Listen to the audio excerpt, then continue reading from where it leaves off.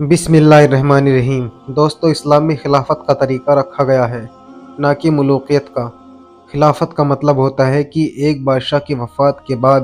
مسلمان جسے مناسب سمجھے اسے اپنا اگلا بادشاہ بنا لے، اور ملوکیت کا مطلب ہوتا ہے کہ ایک بادشاہ اپنی وفات سے پہلے اپنے ہی لڑکے کو اگلا بادشاہ بنا دے۔ اسلامی تاریخ میں اس چیز کی شروعات یزید کی حکومت سے ہوئی، اور یزید نے بھی اپنی زندگی میں اپنے ہی لڑکے معاویہ کو اگلا بادشاہ بنا دیا تھا۔ یزید نے اپنے بیٹے معاویہ کو خاص کر کے ایسی تربیت دی تھی کہ وہ اگلا بادشاہ بننے کے لائق بن سکے۔ اس لیے جب معاویہ کچھ پڑھنے لکھنے کی عمر کو پہنچا تو یزید نے اس وقت کے بہت مشہور عالم حضرت عمرو المقصوص کو اپنے محل بلا کر اپنے بیٹے معاویہ کو ان کے حوالے کر دیا۔ وہ عالم حضور صلی اللہ علیہ وسلم اور ان کے گھر والوں سے بہت محبت کرتے تھے، اور یزید کے ظلم و ستم کی وجہ سے اس سے بہت نفرت کرتے تھے، لیکن یزید کو اس بات کی کوئی خبر نہیں تھی۔ جب یزید نے اپنے بیٹے معاویہ کو ان بڑے عالم کے حوالے کر دیا تو انہوں نے یزید کے بیٹے پر خاص طور سے دھیان دیا، اور ان کو قرآن و حدیث کی تعلیم کے ساتھ ساتھ اہل بیت سے محبت کرنا سکھایا۔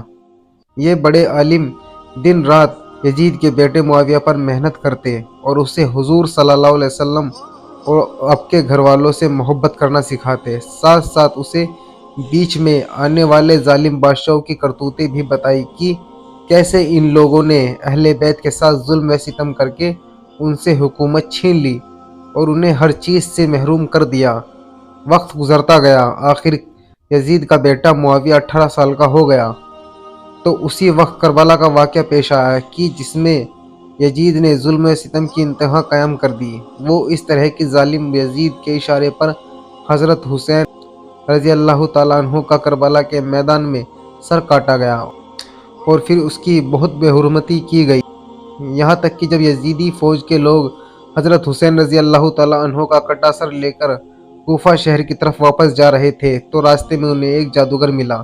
اس جادوگر نے پوچھا کہ اے فوجیو، یہ کس کا کٹا سر لے کر تم کوفہ جا رہے ہو؟ تو فوج کے لوگوں نے جواب دیا کہ یہ حسین بن علی کا سر ہے۔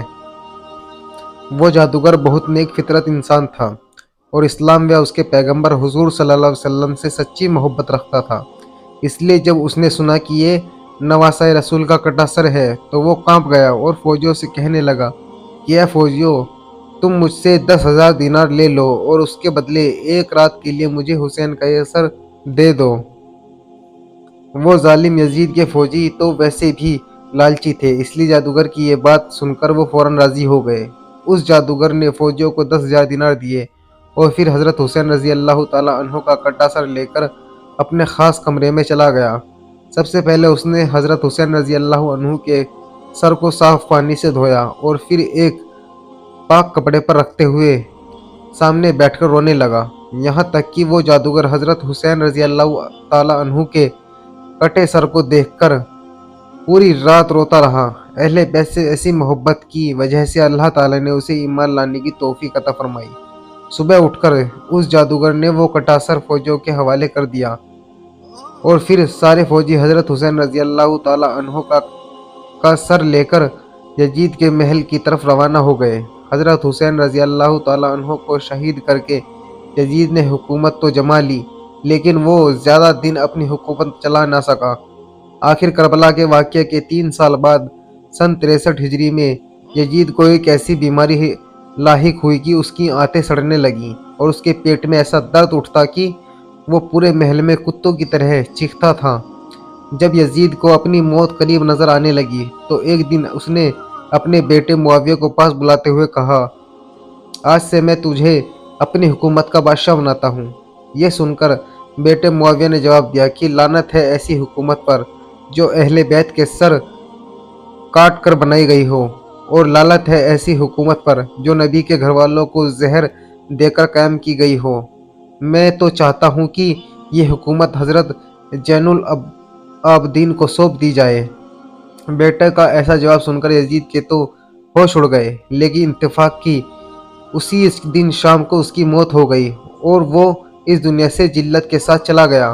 باپ کی موت کے بعد وزیر کے بہت زیادہ کہنے پر یزید کے بیٹے معاویہ نے 40 دنوں کے لیے حکومت کی باغڈور سنبھالی، اور ان دنوں میں اس نے اپنے خاندان والوں کے ان کرتوتوں کا بہت گہرائی سے جائزہ لیا کہ جن میں انہوں نے اہل بیت کے خلاف بڑی بڑی سازشیں کر کے انہیں شہید کر دیا تھا۔ آخر 40 دنوں بعد یزید کے بیٹے معاویہ نے سبھی وزیروں کو مسجد میں جمع کر کے عام اعلان کر دیا کہ آج سے میں حکومت سے دستبردار ہوتا ہوں، کیونکہ میں ایسی ظالم حکومت کے تخت پر بیٹھتے ہوئے اللہ سے ڈرتا ہوں کہ کہیں اللہ مجھے قیامت کے دن لوگوں کے سامنے رسوا نہ کر دے۔ یزید کے بیٹے معاویہ کی ایسی باتیں سن کر سبھی حیران رہ گئے، اور پھر بہت کوشش کی کہ کسی طرح معاویہ حکومت کو اپنے ہاتھ میں لے لے، لیکن وہ اس بات کے لیے بالکل راضی نہیں ہوا۔ آخر مجبور ہو کر لوگوں نے مروان بن حکم کو اپنا بادشاہ بنا لیا۔ مروان جیسے ہی بادشاہ بنا تو اس نے سب سے پہلے معاویہ کے استاد حضرت عمرو المقصوص کو اپنے دربار میں بلا کر انہیں بہت سخت سزا دی، اور کہنے لگا کہ تمہاری وجہ سے یزید کا بیٹا معاویہ ہم لوگوں کا دشمن بنا ہے اور اس نے حکومت چھوڑی ہے، اس لیے اب تمہیں ایسی سزا دی جائے گی کہ دنیا یاد رکھے گی۔ اتنا کہہ کر مروان نے قبرستان میں ایک گڈھا کھدوایا اور پھر ان استاد کو زندہ ہی اس گڈھے میں دفن کر دیا۔ وہ بیچارے اندر ہی اندر تڑپ تڑپ کر شہید ہو گئے۔ زمانہ گزرتا گیا اور بنو امیہ کی حکومت کمزور پڑنے لگی۔ آخر 132 ہجری میں یہ حکومت پوری طرح ختم ہو گئی، اور پھر بنو عباس کی حکومت آئی۔ بنو عباس کا سب سے پہلا بادشاہ ابو جعفر منصور تھا۔ ابو جعفر جیسے ہی بادشاہ کے تخت پر بیٹھا تو اس نے بنو امیہ سے اپنی دشمنی نکالنے کے لیے حکم دیا